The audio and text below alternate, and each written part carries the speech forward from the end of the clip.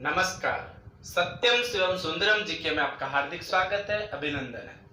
हम सर्वोच्च न्यायालय के बारे में पढ़ रहे थे। कंपटीशन एग्जाम में सर्वोच्च न्यायालय से संबंधित और भी इंपॉर्टेंट चीजें हैं जिनके बारे में एग्जाम में पूछी जाती हैं। इस टॉपिक में आज हम उन्हीं चीजों के बारे में, उन्हीं प्रश्नों के बारे में प्रकाश डालने वाले हैं जो एग्जाम में पूछे जाते हैं या पूछे गए हैं और आपको जानना भी जरूरी है। अगर आपने मेरे चैनल को सब्सक्राइब नहीं किया तो कृपया चैनल को सब्सक्राइब कर ले और बेल आइकन को दबा दे ताकि आने वाले वीडियो की जो क्रमशः जो हम पढ़ाई कर रहे हैं उसकी नोटिफिकेशन आपको मिलती रहे। ध्यान देना, सर्वोच्च न्यायालय के न्यायाधीशों के संदर्भ में और सर्वोच्च न्यायालय से संबंधित कई इंपॉर्टेंट चीजें हैं जो एग्जाम में पूछी जाती हैं। आपको ध्यान देने की बात यह है कि भारत में सबसे पहले जो संघीय न्यायालय की स्थापना हम पहले भी चर्चा कर चुके हैं कि ये ब्रिटिश शासन के दौरान 1 अक्टूबर 1937 को जो सिविल कोड था उसकी स्थापना है वो भारत शासन अधिनियम 1935 था। भारत शासन अधिनियम 1935 के तहत भारत में की गई थी, ब्रिटिश शासन के दौरान ही की गई थी। उसके बाद 1947 में जब भारत आजाद हुआ उसके बाद भारत का संविधान बना। संविधान के अंतर्गत भारत में न्यायपालिका का जो प्रावधान हमने पढ़ा है, आर्टिकल 124 से लेकर के 147 तक सर्वोच्च न्यायालय, तो यहां तक हमने पढ़ा। तो वो जो है भारत में जो इसकी स्थापना है ये 28 जनवरी 1950 को की गई थी। तो ध्यान देने की बात है, संघीय न्यायालय की स्थापना भारत में जो है ये 1 अक्टूबर 1937 को भारत शासन अधिनियम 1935 को की गई थी। और उस समय जो है ये भारत के प्रथम मुख्य न्यायाधीश जो है उस समय पे अंग्रेज अधिकारी थे, सर मॉरिस ग्वेयर, ये आपको ध्यान रखना है। उसके बाद में स्वतंत्र भारत में जो भारत में 26 जनवरी 1950 को संविधान लागू हुआ, उसके तुरंत 2 दिन बाद में 28 जनवरी को 1950 को सर्वोच्च न्यायालय का गठन है वो किया गया था। ध्यान देने की बात ये इंपॉर्टेंट चीज है कि 1950 में जो सर्वोच्च न्यायालय की स्थापना की गई थी वो 1950 से 1958 तक यह संसद भवन में जो चैम्बर ऑफ प्रिंसेस था, चैम्बर ऑफ प्रिंसेज में ही इसकी स्थापना है वो की गई थी और 1958 तक है उसी में ही ये कार्यरत था। उसके बाद 1958 में जब नया सर्वोच्च न्यायालय का जो भवन है उसमें उसका स्थानांतरण है ये किया गया। तो आपको पूछा जा सकता है कि कहाँ कार्यरत था? चैम्बर ऑफ प्रिंसेज में, संसद भवन में जो चैम्बर ऑफ प्रिंसेज बना हुआ था उसमें 1950 से 1958 तक, यानी यहां से लेकर के 58 तक।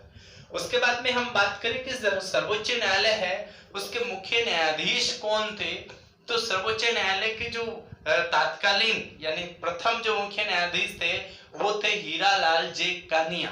ध्यान देना, हीरालाल जे कानिया है ये भारत के क्या थे? प्रथम मुख्य न्यायाधीश थे, हीरालाल जे कानिया। उसके बाद में अगली बात हम करें तो प्रारंभ में जो न्यायाधीश थे, हमने पहले भी चर्चा की है कि न्यायाधीशों की जो कुल संख्या उस समय निर्धारित की गई थी और संसद को यह अधिकार दिया गया था कि वो न्यायाधीशों की संख्या में वृद्धि कर सकती है। तो ये जो है इनकी संख्या 8 थी और जिसमें एक मुख्य न्यायाधीश और 7 अन्य न्यायाधीश हो सकते थे। और वर्तमान में आपको पता है, हमने पहले भी चर्चा की है, 2009 के बाद में इनकी संख्या वर्तमान में 31 है, एक मुख्य न्यायाधीश और 30 अन्य न्यायाधीश हैं। ये भी आपसे पूछा जा सकता है। इसके अलावा जो भारत के 11वें मुख्य न्यायाधीश थे न्यायमूर्ति एम हिदायतुल्लाह, क्योंकि जब जो भी ये जो न्यायाधीश आता है मुख्य न्यायाधीश उसके नाम के आगे न्यायमूर्ति लगता है, तो न्यायमूर्ति एम हिदायतुल्लाह हमने पहले भी चर्चा की है कि एकमात्र ऐसे सर्वोच्च न्यायालय के एकमात्र ऐसे न्यायाधीश हैं जिन्होंने कार्यवाहक राष्ट्रपति के रूप में काम किया है। हमने पहले भी पढ़ा है कि जब राष्ट्रपति का पद रिक्त होता है तो उपराष्ट्रपति उस पद को जो है धारण करता है, और उपराष्ट्रपति भी नहीं होता है, उस त्याग पत्र दे दिया होता है या उसका पद रिक्त होता है। तो ऐसी कंडीशन में सर्वोच्च न्यायालय का मुख्य न्यायाधीश उस पद को संभालता है, और सर्वोच्च न्यायालय का मुख्य न्यायाधीश भी नहीं होता तो सर्वोच्च न्यायालय का वरिष्ठतम न्यायाधीश इस पद को संभालता है। तो सर्वोच्च न्यायालय के मुख्य न्यायाधीश थे उस समय पे एम हिदायतुल्ला, उन्होंने है वो कार्यवाहक राष्ट्रपति के रूप में पद संभाला था।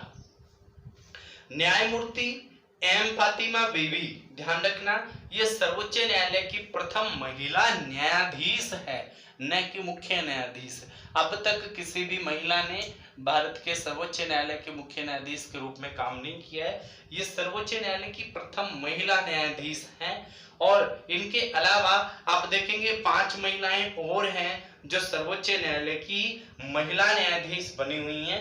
तो आपसे पूछा जा सकता है कि निम्न में से कौन सी महिला न्यायाधीश है वो सर्वोच्च न्यायालय में उसने कार्य नहीं किया है। तो आप ध्यान रखेंगे सबसे पहले जो है एम फातिमा बीबी, उसके बाद में सुजाता मनोहर, उसके बाद में न्यायमूर्ति सुजाता मनोहर, न्यायमूर्ति रूमा पाल, न्यायमूर्ति ज्ञान सुधा मिश्रा और न्यायमूर्ति रंजना प्रकाश देसाई और न्यायमूर्ति इंदु मल्होत्रा।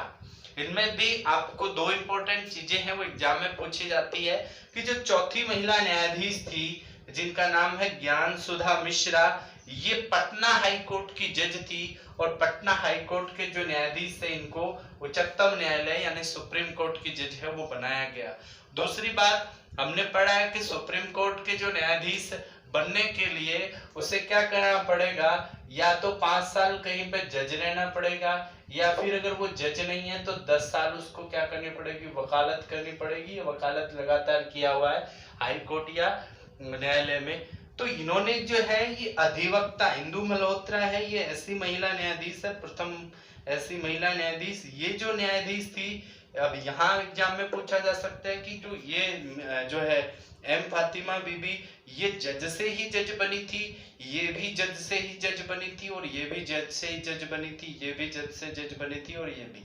ये इंदु मल्होत्रा है, ये अधिवक्ता से सीधा जो है जज बनने वाली प्रथम महिला न्यायाधीश है। ये भी आपको विशेष ध्यान रखना है।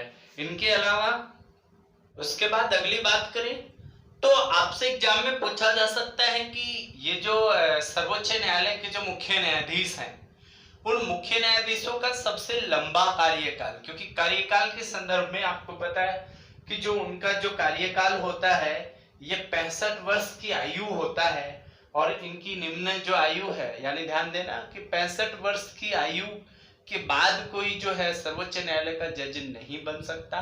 तो 65 वर्ष की आयु तक वह जज बना रह सकता है, लेकिन उसका जो कार्यकाल है उसको समय से पूर्व भी क्या किया जा सकता है, यानी जैसे त्याग पत्र दे देता है या महाभियोग है वो लाया जा सकता है। तो इसके संदर्भ में भी आपको विशेष ध्यान रखना है।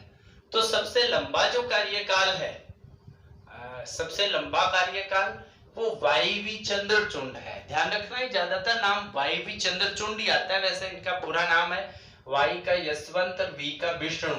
तो यशवंत विष्णु चंद्रचूड जिनका 7 वर्ष 4 माह है और 18 दिन का जो कार्यकाल है ये रहा है, जब जो कि अब तक का सर्वाधिक कार्यकाल है। इसके अलावा 4 वर्ष कुछ माह है, उसके अलावा इनका कार्यकाल इतना नहीं है। तो 7 वर्ष 4 माह और 18 दिन का इनका कार्यकाल है। अगर सबसे छोटा कार्यकाल पूछा जाता है, सबसे छोटा कार्यकाल, तो केएन सिंह यानी कमल नारायण सिंह इनका पूरा नाम, इनका 18 दिन का कार्यकाल है। इनके अलावा जो प्रथम दलित मुख्य न्यायाधीश सर्वोच्च न्यायालय के पूछे जा सकते हैं तो केजी बालाकृष्णन है, जो 37वें राष्ट्रपति 37वें जज के रूप में उन्होंने अपना पद ग्रहण किया। स्वतंत्र भारत में जन्म लेकर के प्रथम मुख्य न्यायाधीश बनने वाले जो न्यायाधीश है वो एस.एन. कपाड़िया, जो 38वें राष्ट्रपति के रूप में उन्होंने 38वें सर्वोच्च न्यायालय के जज के रूप में उन्होंने कार्य किया। उसके बाद में भारत में लोकहितवाद के प्रणेता ये पी.एन. भगवती जो है ये 70वें सर्वोच्च न्यायालय के मुख्य न्यायाधीश थे, न्यायमूर्ति पी.एन. भगवती। ये भी आपको ध्यान रखना है। प्रथम सिख मुख्य न्यायाधीश सिख जो है वो जगदीश सिंह खेहर, जगदीश सिंह खेहर 44वें मुख्य न्यायाधीश। उनके अलावा वर्तमान में दीपक मिश्र ये 45वें राष्ट्रपति के रूप में वर्तमान में है।